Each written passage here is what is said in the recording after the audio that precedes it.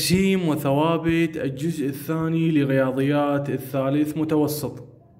بعد إرجاع الحذوفات للثالث متوسط، هواي من الطلاب طلبوا من عندي أن أنزل تقسيم وثوابت الجزء الثاني لرياضيات الثالث متوسط، وشنو الأفرع والمواضيع اللي تجي بالوزاري وشنو اللي ما تجي، وخصوصا طلاب التمهيدي الخارجي.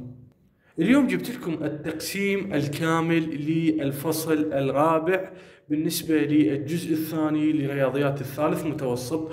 كنا نعرف الجزء الثاني مثل ما نشرت لكم الفيديو السابق عليه 70 درجة على من على الجزء الثاني.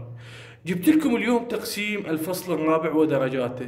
الفرع الأول اللي راح يجي عليه 10 درجات هو فرع رسم الدالة البيانية وخصوصا الدالة التربيعية، والفرع الثاني اللي راح يجي عليه 10 درجات هو موضوع المستقيمات أو المسافة، والفرع الأخير اللي راح يجي عليه 10 درجات النسب المثلثية. وطلاب هذا بإذن الله عز وجل 100% جاي. إذن التقسيم على الفصل الثاني راح يكون كالتالي: الفصل الثاني عليه 20 درجة، يجيبوا لكم 3 فروع تختار فرعين.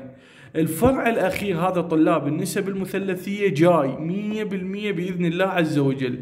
يبقى نذني الفرعين واحد منهن راح ينضاف للفرع الثالث، يا إما يجيبوا لك رسم الدالة ويا إما يجيبوا لك موضوع مستقيم، موضوع المستقيمات أو المسافة.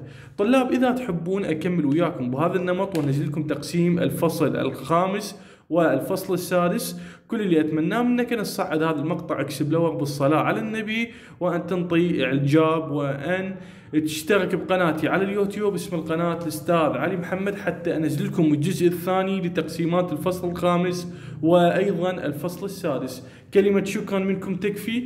تحياتي لكم الأستاذ علي محمد.